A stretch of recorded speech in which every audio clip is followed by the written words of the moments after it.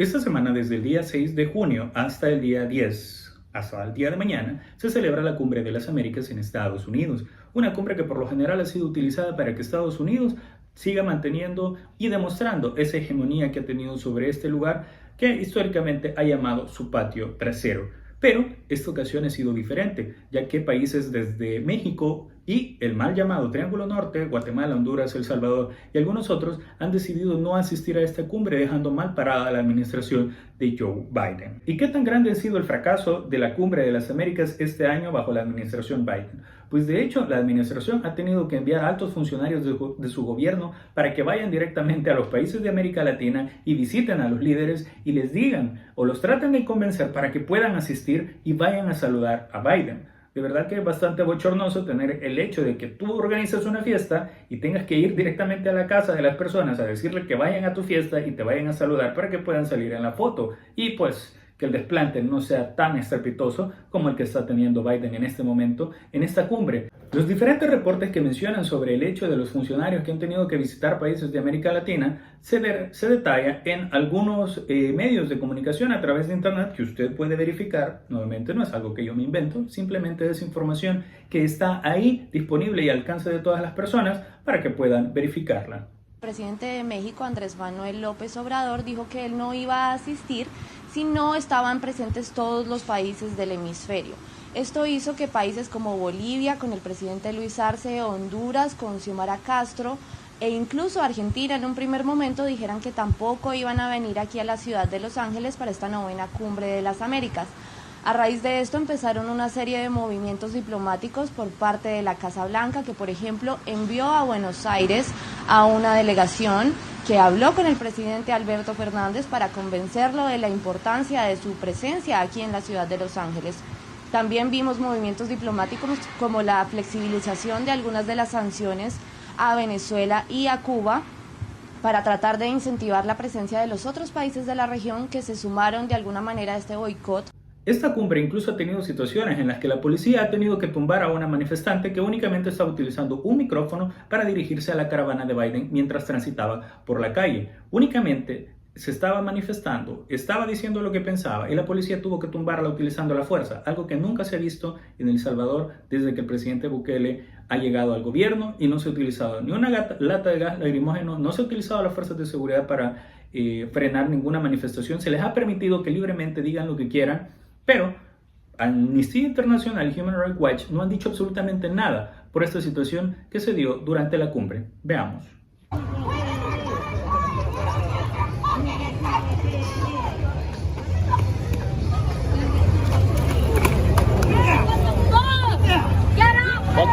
Watch my back. Watch my back. I got you. My back. I got you. My back. I got you. Go ahead. Go ahead. I got you. I got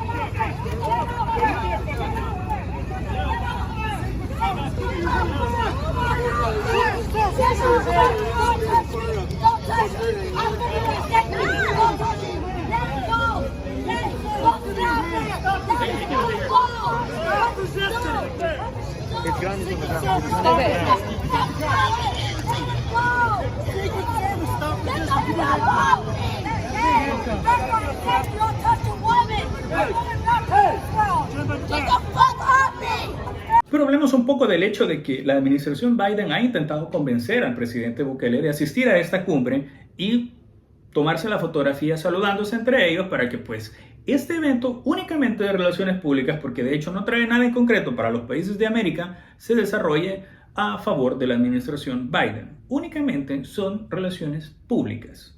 Recordemos que la administración Biden decidió mandar a su enviado especial Ricardo Zúñiga, que se reunió con la oposición, que se reunió con diputados de Arena del FMLN, con el exfiscal Raúl Melara y con otros entes que pues claramente son opositores a este gobierno para ver qué era lo que podían hacer para restituir la democracia o pues en un claro intento injerencista venir a El Salvador y decirle qué hacer como siempre habían hecho en administraciones pasadas. Esto se dio incluso antes de que el 1 de mayo tomara posesión la nueva Asamblea Legislativa, electa democráticamente por la mayoría del pueblo salvadoreño, y destituyera a la Sala de lo Constitucional y al fiscal Raúl Melara, que había sido impuesto por Arena y por el FMLN. De hecho, cuando sucedió esto, luego nuevamente Ricardo Zúñiga volvió a aparecer en El Salvador y USAID decidió retirar fondos de ayuda para el tema de seguridad en el país. La Agencia de Estados Unidos para el Desarrollo Internacional anunció que retirará su financiamiento a la Policía Nacional Civil y al Instituto de Acceso a la Información Pública, en respuesta a su preocupación por los hechos del 1 de mayo, cuando la Asamblea Legislativa destituyó al fiscal general y a 5 magistrados de la Corte Suprema de Justicia.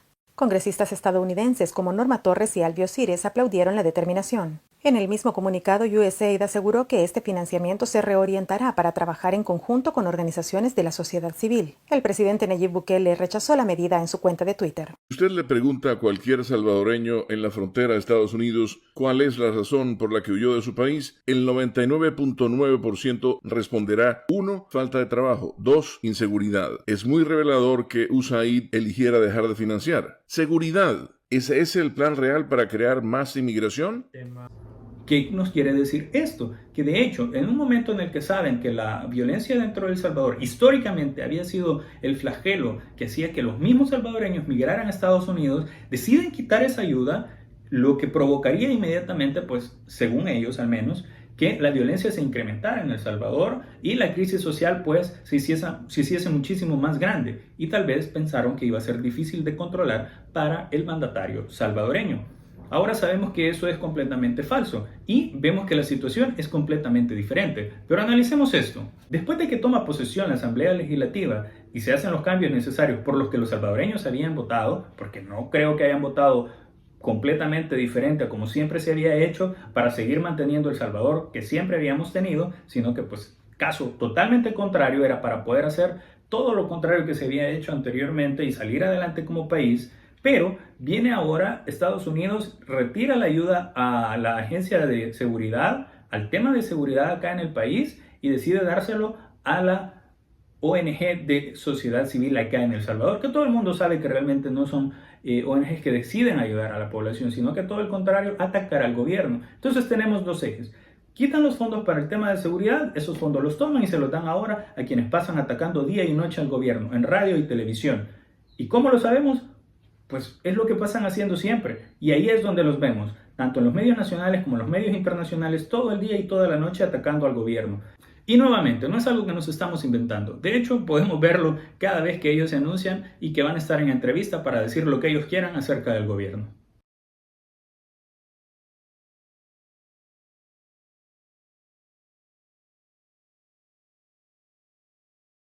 Como lo hemos dicho, las ONG tienen absolutamente libertad de decir todo lo que quieran en las cámaras, en los micrófonos a nivel nacional e internacional sin ninguna repercusión. Y es que para eso les pagaron, para eso trasladaron los fondos que USAID retiró para la ayuda en la seguridad de El Salvador para dárselos a ellos. Ahora vemos cómo fondos que fueron o que habían sido en teoría destinados para la seguridad de los salvadoreños han sido utilizados para combatir al gobierno que realmente está velando por las familias de El Salvador. ¿Y qué podemos concluir acerca de esto? De hecho, pues vemos que el tema de la seguridad realmente no es que les interese resolverlo, porque eso es lo que han hecho siempre, eso es lo que hacen cada año, eso es lo que hacen cada vez que vienen las elecciones. Deciden darle dinero al Triángulo Norte, sacando dinero de los fondos de los contribuyentes de Estados Unidos para dárselo a administraciones que no van a hacer nada al respecto, pero que van a mantener un problema porque eso es lo que necesitan, que el problema se mantenga. El problema en este momento con Bukele es que los fondos de seguridad los iba a utilizar realmente para lo que eran, para poder combatir la seguridad. Y no es eso lo que quieren. Lo que quieren es mantener siempre la delincuencia en auge en estos países para que la gente pueda migrar y ellos puedan tener mano de obra barata allá en Estados Unidos. Ese es el verdadero negocio. De hecho, pues únicamente se vive una pantomima en la que año con año le dicen a la gente que quieren resolver los problemas, pero no los resuelven. Si no, Biden no hubiera destinado $40 mil millones a armar un conflicto que pues está muy lejos de la nación, a querer invertir 4 mil millones, que son lo que se necesitaba al menos para poder invertir en América Latina, para poder reducir la migración ilegal, pero prefirieron financiar un conflicto que estaba muy lejos de la región a invertir cerca de su región, donde el problema es muchísimo más grande e histórico. Pero la realidad es que no es algo que quieran resolver.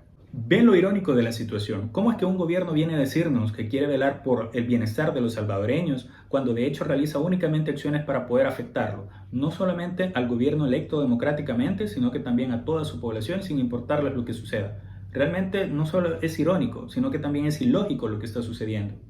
¿Qué pasa si después de que se involucren directamente en la política de El Salvador, le digan qué hacer El Salvador, eso fracase, lo que ellos quieran hacer con nosotros simplemente no funcione, tal como lo hicieron en Medio Oriente? Imagínense únicamente el presidente diciendo esto mismo, pero para el caso de El Salvador. Our mission in Afghanistan was never supposed to have been nation building. It was never supposed to be creating a unified, centralized democracy.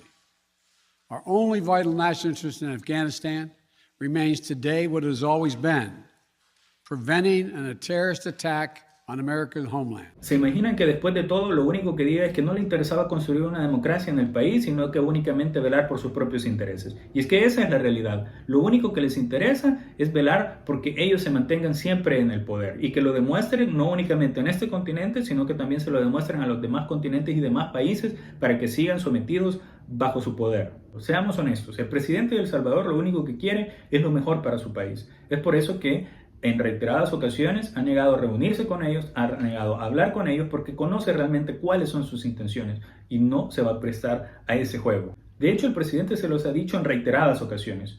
No queremos hacer lo que ustedes dicen, sino hacer lo que ustedes hacen.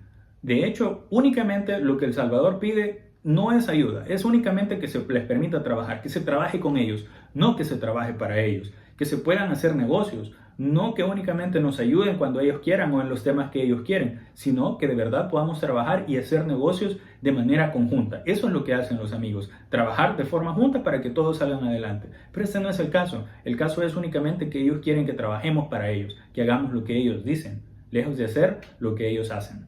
Respecto a la cumbre, muchos reporteros han dicho que Blinken intentó comunicarse directamente con el presidente de El Salvador para terminar de invitarlo a la cumbre y que llegara y que le diera la mano al presidente y a la administración que ha venido hostigándolos desde el principio, que les ha dicho que son antidemocráticos, que reprimen a los periodistas, que vulneran la libertad de prensa, etcétera, y todo el discurso que también la oposición tiene respecto a esta legislación. Pero hoy, casualmente, quieren que se presente a una cumbre para que pueda darle la mano al peor presidente que ha tenido Estados Unidos en este momento. Y no lo digo yo, lo dicen las personas, lo dicen los mismos estadounidenses.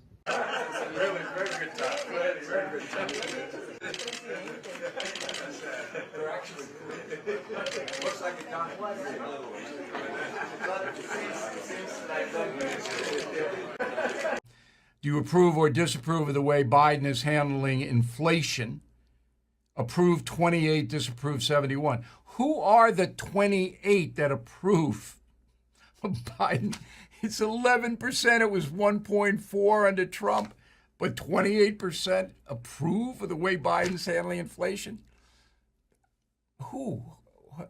Después de que financiaron el conflicto armado, después de que nos enviaron a las pandillas, después de que nos han visto únicamente como su patio trasero, ahora quieren que vayamos, nos arrodillemos ante ellos y les demos la mano en su cumbre que únicamente es para hacer publicidad, para hacer marketing, para hacer propaganda y para hacer únicamente o reforzar el hecho de que ellos mantienen el poder o el control sobre América Latina. Eso el presidente de El Salvador no lo va a permitir. Y es por eso que a pesar de que ahora lo están buscando para prestarse a su show únicamente de relaciones públicas en la Cumbre de las Américas, él se ha negado a ese juego. Y no solamente por el hecho de llevarle la contraria a Estados Unidos, sino por mantener esa soberanía que ahora El Salvador tiene y que nunca había tenido. Debemos ser honestos y decir, esa es la primera vez en 200 años que El Salvador por fin es libre y soberano. El Salvador y los salvadoreños ahora de verdad tenemos una nación que es nuestra, que nos pertenece y que puede decidir el destino al que quiere llegar como sociedad.